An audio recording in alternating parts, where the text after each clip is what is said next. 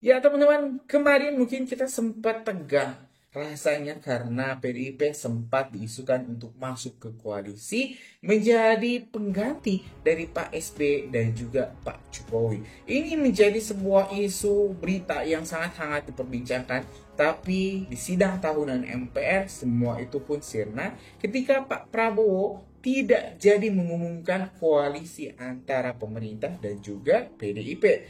Di sisi lain, teman-teman, amnesti makin disorot. Amnesti abolisi Tom Lembong dan juga Hasto Kristianto diisukan bakal ditarik dikarenakan Mas Gibran memberikan nasihat dan juga Pak SBY sudah memberikan pandangannya bahwa jangan mempermainkan hukum, jangan merasa di atas hukum. Itu adalah nasihat pengingat yang sangat keras diberikan Pak SBY, ultimatum yang sangat keras diberikan oleh Pak SBY kepada Pak Prabowo untuk berhati-hati membuat sebuah keputusan. Dan dari nasihat itu kita juga melihat teman-teman, Pak Prabowo di sidang tahunan MPR kemarin menyebut bahwa mau itu jenderal, mau itu pimpinan parpol, pejabat, siapapun yang berani menyinggol pemerintah, yang berani teman-teman mengusik Gibran raka-raka wakil presiden, maka saya akan sikat.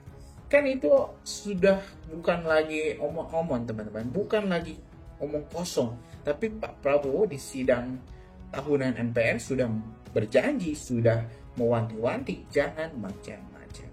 Kan ini membuat ya kemarin kita tahu ini Pak Hasto kembali ditunjuk sebagai Sekjen PDIP, bahkan diberikan tugas khusus untuk mengkritik pemerintah. Ya ini sudah deklarasi perang. Saya rasa sudah nggak ada lagi jalan untuk ini Pak Hasto jadi menterinya Pak Prabowo. Apalagi nanti gimana bisa kalau misalnya Pak Hasto yang tidak mengakui wakil presiden diberikan posisi prestisius untuk menggantikan AHY jadi menteri. Kan itu nggak lucu juga. Nah, biar lebih lengkap, ini kita kaji dulu informasi-informasi yang sudah kajian online kumpulkan untuk mendukung statement saya barusan. Yuk teman-teman, simak video selengkapnya.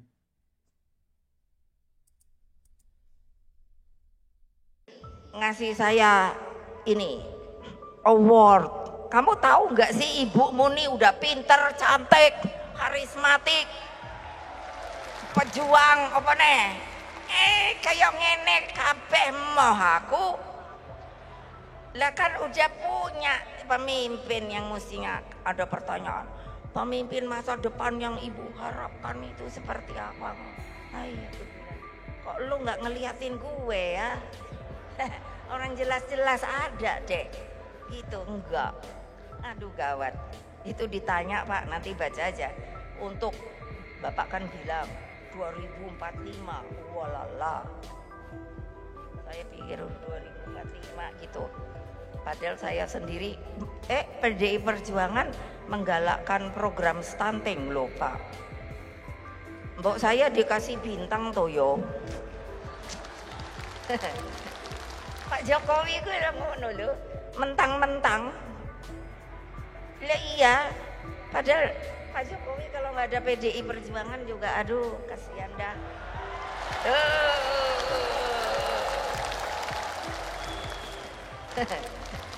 Pak Jokowi gue udah ngono lho, mentang-mentang. Lah iya, padahal Pak Jokowi kalau nggak ada PDI Perjuangan juga aduh kasihan dah.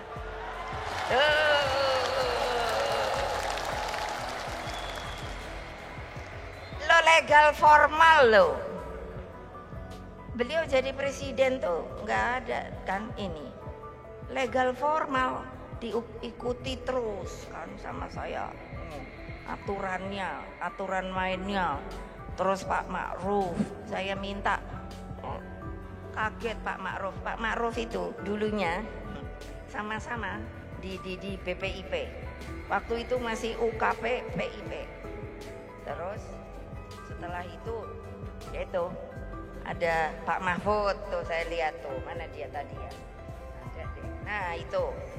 Terus saya bilang gini, kan Pak Jokowi, saya bilang Pak Jokowi, Pak, ntar kalau ini saya minta izin untuk pendamping Bapak itu Pak Ma'ruf ya gitu. Saya bilang sama Pak Ma'ruf kan, terus bilang Pak Mahfud diambil sebagai Menko Polkam. Terus saya bilang sama mereka, kok enak amat ya, aku tadinya bosnya mereka, tiba-tiba diambil sama Pak Jokowi, tung tung tung tung tung. Lah aku kok ora dijupuk ya? Lah kan mestine yo katut no aku. Enggak, tetap aja BPIP.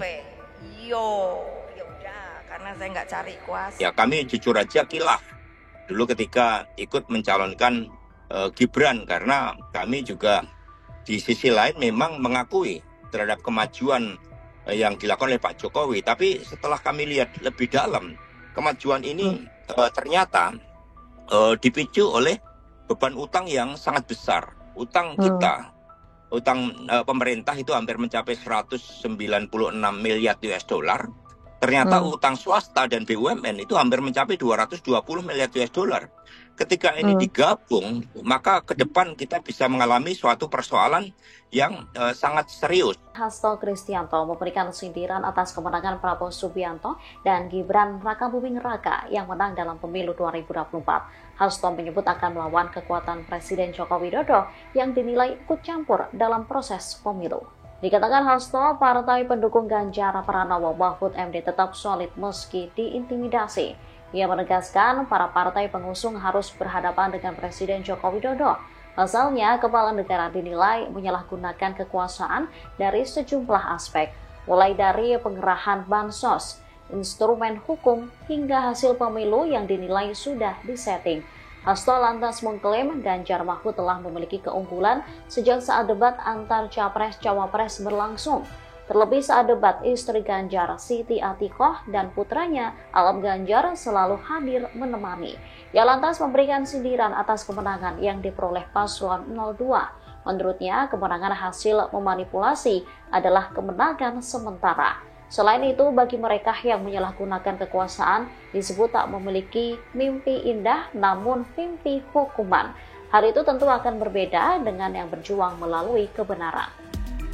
Ketua DPR RI Puan Maharani menyampaikan tanggapannya soal gerakan sejumlah sivitas akademika yang mengkritik demokrasi era Presiden Joko Widodo. Puan menilai gerakan sivitas akademika yang terjadi sebagai bentuk aspirasi masyarakat agar pemilu berjalan sebagaimana mestinya. Puan menyerahkan kepada rakyat untuk menilai gerakan yang dilakukan para sivitas akademika tersebut. Puan juga menyebut bahwa DPR bersama gerakan sivitas akademika dalam hal ini. Biarkan rakyat yang menilai, biarkan seluruh masyarakat menyuarakan aspirasinya, yang mana DPR akan selalu mendukung bahwa pemilu ini harus berjalan dengan jujur, adil, seluruh aparat netral, kemudian persatuan dan persatuan harus dijaga, bahwa apa yang disampaikan oleh sivitas akademika, kemudian oleh mahasiswa, seluruh elemen masyarakat, seniman, tokoh dan lain-lain itu merupakan aspirasi bagaimana mereka menyuarakan agar Indonesia ini bisa tetap menjadi Indonesia yang menjaga persatuan kesatuan, menjaga aturan-aturan perundangan dan konstitusi itu di dalam koridornya, dan pesta demokrasi adalah pestanya rakyat, yang mana biarkan rakyat yang menilai, biarkan rakyat yang memilih pemimpin yang akan datang tanpa intimidasi. Berdasarkan perspektif yang disampaikan oleh para pengamat politik. Tetapi seperti yang kami sampaikan tadi, bahwa memang ketidakhadiran Ibu Mega itu tidak berarti menunjukkan bahwa ada satu hal ataupun hambatan-hambatan psikologis dan politik untuk bertemu dengan tokoh-tokoh tertentu. Tetapi bahwa rencana pertemuan antara Ibu Mega dan Pak Prabowo Subianto sebagai Presiden dan juga Ketua Umum Partai Gerindra, inilah yang kita nanti-nantikan begitu. Karena apa? Karena memang setelah Kongres ini akan menjadi kesempatan perdana bagi Ibu untuk bisa menyampaikan sejumlah hal. Tentu Kongres dijalankan secara sangat baik, semuanya berlangsung secara smooth, dan tentu ini ada peran dari pemerintah nasional yang juga bisa menciptakan stabilitas politik, menjamin keamanan, dan seterusnya. Dan hal yang juga paling penting akan disampaikan oleh Ibu Mega adalah terkait dengan posisi dan pilihan politik PDI Perjuangan untuk memainkan peran sebagai partai penyeimbang. tidak berada di dalam kekuasaan, tetapi tidak juga menjadi oposisi. Prinsipnya adalah bersikap proporsional, ya, politik dengan dasar pendekatan teknokratis. Jika kebijakan-kebijakan itu adalah pro rakyat, kami dukung. Jika tidak pro rakyat, maka kami akan memberikan kritik-kritik konstruktif. Bung Yasser, yang pasti berbeda secara politik tidak berarti tidak bisa duduk bersama untuk membincangkan persoalan-persoalan besar di bangsa ini. Dan saya kira perjumpaan ataupun pertemuan antara Presiden Prabowo dan Ibu Mega yang akan dilakukan nanti ini menunjukkan bahwa inilah sesungguhnya ciri khas, kekhasan ataupun juga keunikan demokrasi Indonesia yang tentu tidak seperti demokrasi ala oposisi biner begitu. Ya, dan saya kira para pemimpin ini juga memiliki tugas dan tanggung jawab untuk hadir sebagai solidarity maker. Saya kira demikian. Sudah ada dapat tanggalnya belum? Atau mungkin koordinasi begitu sesama partai dari Gerindra dengan PDIP? Ya, biasanya tuh kan perjumpaan antara kedua tokoh ini kan pasti juga menyesuaikan dengan kesibukan masing-masing. Apalagi Presiden Prabowo Subianto ya, selepas peringatan kemerdekaan ini pasti masih memiliki sejumlah agenda. Seperti disampaikan oleh Ibu Puan Maharani tadi ya, tentu sabar, kita akan tahu kapan persisnya perjumpaan ini akan segera dilakukan. Oke, jadi masih jadi rahasia ya antara Ketum PDIP dan juga Presiden Prabowo. Saya ke Mas Adi. Mas Adi, tadi menarik Anda menyampaikan bahwa ada jarak psikologis politik begitu. Jadi menurut Anda membacanya seperti apa ketika ada Presiden SBY dan juga Jokowi yang hadir di istana dengan Megawati Soekarno Putri, Ketua Umum PDIP, yang memimpin upacara di sekolah partai? Ya, saya kira argumen-argumen apapun sebenarnya cukup rasional. PDIP mengatakan setiap tahun mereka punya semacam ritus untuk melaksanakan soal hari ulang tahun kemerdekaan di sekolah politik. Itu juga masuk akal. Tapi secara prinsip bagi saya kan juga tidak ada kewajiban bagi siapapun, termasuk mantan presiden, untuk hadir dalam hari ulang tahun Indonesia yang dilakukan oleh pemerintah. Tapi kan ini kan tidak menutup kemungkinan bagaimana publik selalu bercerita dan selalu mengkontraskan bagaimana ada hubungan politik yang sampai detik ini itu belum sepenuhnya usai. Terkait dengan hubungan politik Megawati dengan SBY, hubungan politik Megawati tentu juga dengan Pak Jokowi yang kita tahu adalah sebagai bagian dari konflik politik yang terjadi di akhir kekuasaan politiknya di periode kedua. Hal-hal yang semacam ini tentu akan semakin membumbui bagaimana hubungan aktor kunci di negara kita itu semakin menarik untuk diperbincangkan. Tapi satu hal, kenapa pembicaraan soal pertemuan Prabowo dan Mega ini selalu menarik? Karena memang sepertinya pemerintah itu butuh treatment khusus kepada PDIP. Apa itu treatment khusus? Per hari ini, PDIP itu adalah partai politik yang berada di luar kekuasaan yang saya kira perlu diajak kerjasama, perlu diajak harmoni, dan yang paling penting adalah kerjasama yang saling menguntungkan. Apalagi misalnya dalam Kongres PDIP beberapa waktu yang lalu di PDIP berjalan lancar, berjalan normal, dan tentu ini sebagai bentuk apresiasi bagaimana pemerintah juga ingin menjaga bagaimana kondusivitas di sebuah partai politik itu tidak bisa muncul gangguan-gangguan dari pihak yang lain. Ini yang saya kira tinggal tunggu ketika PDIP mengatakan menjadi partai penyimbang, apakah lebih banyak menyeimbangnya, lebih banyak protesnya, atau lebih banyak kerjasamanya. Kita nantikan ya, ini semua akan terjawab ya Mas Adi ya. Kalau saat pertemuan antara lebih banyak kritisnya sebenarnya untuk memberikan check and balance it. Nah, ini yang nanti kita nantikan bersama ya, apa sebenarnya waktu. Direktur Eksekutif Indonesia Political Opinion, IPO, Deddy Kurniasyah menilai, Presiden Prabowo Subianto memberikan sinyal ingin mengajak PDIP bergabung ke koalisi pendukung pemerintah saat menyebut PDIP dan Gerindra bagaikan kakak dan adik tetapi tak boleh berkoalisi. Namun, Deddy berpandangan, pernyataan itu sekaligus menandakan tidak ada restu dari Presiden ke-7 RI Joko Widodo kepada Prabowo untuk membawa PDIP masuk ke barisan koalisi partai pendukung pemerintah. Bisa jadi, statement Prabowo gambarkan keinginannya untuk mengajak PDIP bergabung ke koalisi, tetapi tidak mendapat restu Jokowi, kata Deddy kepada Kompas.com, Senin, 21 Juli 2025. Menurut Deddy, secara historis memang tidak ada ikatan struktural yang kuat antara PDIP dan Gerindra. Namun secara personal, hubungan antar tokoh, terutama antara Ketua Umum PDIP Megawati Soekarno Putri dan Prabowo sebagai Ketua Umum Partai Gerindra, sempat terjalin hangat pada masa lalu. Seperti diketahui, Megawati dan Prabowo pernah berduet sebagai calon presiden dan wakil presiden pada pemilihan presiden 2009 lalu. PDIP dan Gerindra secara historis tidak memiliki hubungan apapun, sehingga tidak dapat disebut kakak beradik, Tetapi maksud Prabowo bisa saja soal dekatnya Gerindra dan PDIP yang dianggap seperti relasi keluarga, kata Dedi. Oleh sebab itu, Dedi menilai pengaruh Jokowi ke Prabowo dapat menjadi penghalang dari bergabungnya PDIP ke koalisi Prabowo. Situasi PDIP dan Gerindra tidak dapat bergabung karena berbagai dinamika. Salah satunya pengaruh Jokowi ke Prabowo yang memungkinkan menjadi penghalang, kata Dedi. Diberitakan sebelumnya, Presiden Prabowo Subianto menyatakan, Partai Gerindra dan PDIP bagaikan kakak adik, meski kedua partai tidak boleh berada dalam koalisi bila merujuk praktik demokrasi di negara barat. Ini sebenarnya PDIP sama Gerindra ini kakak adik.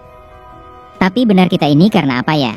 Demokrasi kita kan diajarkan oleh negara barat, jadi nggak boleh koalisi satu, kata Prabowo dalam peluncuran Koperasi Desa Merah Putih di Klaten, Jawa Tengah, Senin, 21 Juli 2025. Prabowo menuturkan, sebagai negara demokrasi, harus ada pihak yang mengoreksi kebijakan pemerintah. PDIP dalam hal ini tidak menjadi bagian dari koalisi bersama Gerindra. Perwakilan PDIP juga tidak ada dalam Kabinet Merah Putih dan lebih banyak menduduki kursi di parlemen. Pernyataan Prabowo terkait hubungan kakak adik mulanya disinggung saat ia mengutip semboyan Presiden pertama RI Soekarno. Soekarno merupakan ayah dari Megawati dan kakek dari Ketua DPR RI Puan Maharani, yang juga hadir dalam acara peresmian. Prabowo mengungkapkan, sesuai dengan semboyan Soekarno, Indonesia harus bangkit dan berdiri di atas kaki sendiri. Itu semboyan proklamator kita, pendiri bangsa kita, Bung Karno. Yang saya katakan, Bung Karno adalah milik seluruh rakyat Indonesia. Nyuwun sewu Mbak Puan, Bung Karno bapak saya juga.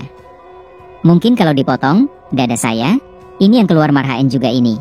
Seloroh Prabowo, disertai tawa para hadirin.